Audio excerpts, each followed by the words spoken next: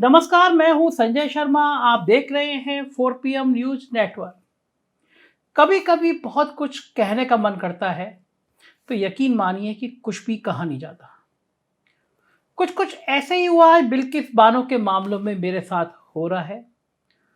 जिस समय गुजरात सरकार ने इस मासूम बिल्किस बानो के गुनाहगारों को छोड़ने का फैसला किया, उसी वक्त मुझे लगा कि अब हुकूमत से न्याय पाने की आशा करना ही बेमानी है। बस अब तो यही लाइनें सही लगती हैं।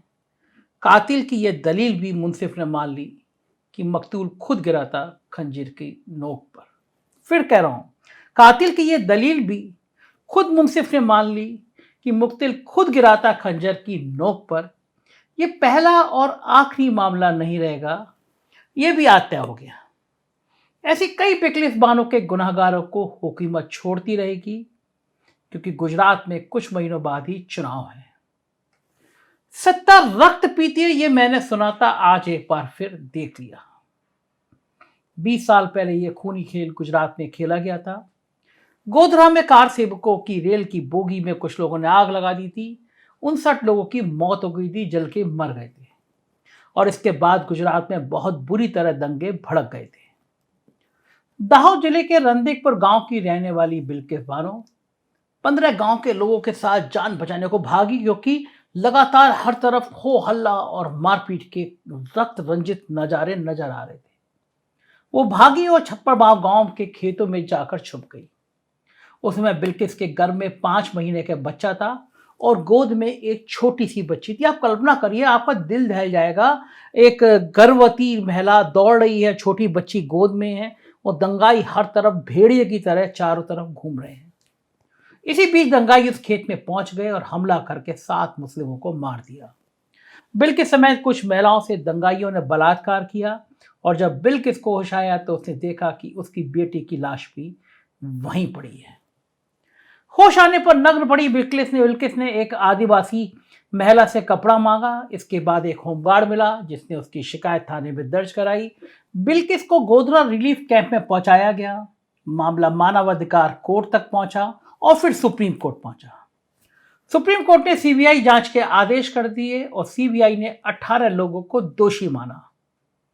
दुर्भाग्य की बात यह थी कि इसमें 5 पुलिस वाले भी थे। सीबीआई ने जब शवों को कब्र से निकलवाया तो देखा शवों के सिर धड़ से अलग कर दिए गए थे, जिससे उनकी पहचान ना हो सके।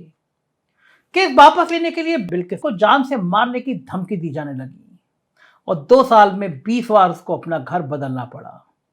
सुप्रीम कोर्ट में बिल्किस ने सभी गुनाहगारों को पहचान लिया था।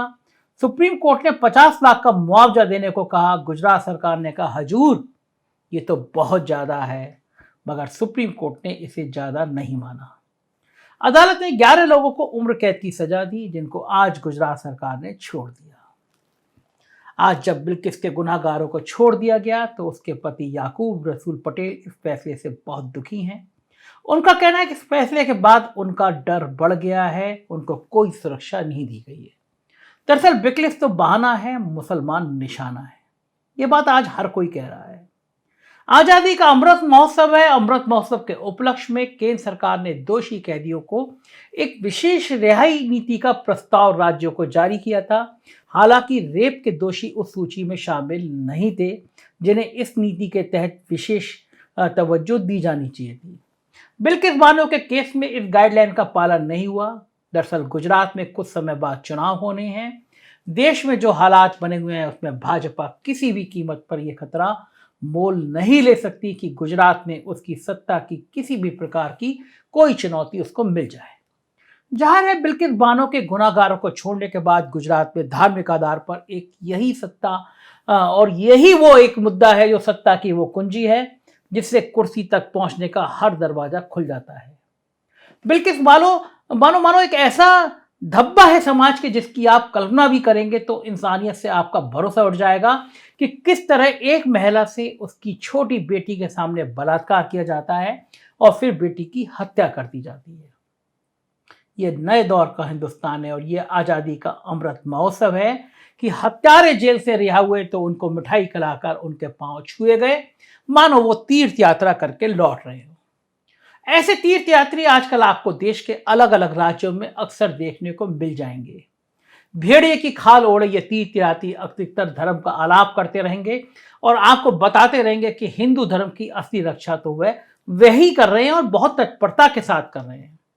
हकीकत यह है कि हिंदू धर्म को बदनाम भी ऐसे राक्षसों ने किया है। याद कीजिए, उत्तर प्रदेश के बुलंदशहर जिले में भी ऐसे राक्षसों ने एक बहादुर इंस्पेक्टर सुबोध की पीट पीट कर हत्या कर दी थी। जमानत पर छूटने के बाद हत्यारों को जेल के गेट पर मालाओं और बैंड बाजों के साथ लोगों ने स्वागत किया और बाद में उन्हें भाजपा का पदाधिकारी बना दिया। मैंने अपने अखबार 4 PM में फ्रंट पेज पे फुल पेज पे खबर छापी तो हंगामा मचा और मजबूरी में उनको पार्टी से निकाल दिया गया। ये अकेली बिल्किस बानो और अकेले सुबोध यादव की कहानी नहीं है।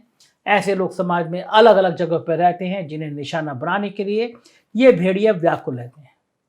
मैंने सपने में भी नहीं सोचा था कि 24 घंटे पहले जब प्रधानमंत्री जी लाल किले की प्राचीर से एक महिला सुरक्षा की बातें करेंगे, महिलाओं को मजबूत करने की बातें करेंगे, तो उनके अपने गुजरात में एक महिला के बलात्कारियों को सम्मानपूर्वक जेल से निकालने का प्लान बन रहा होगा।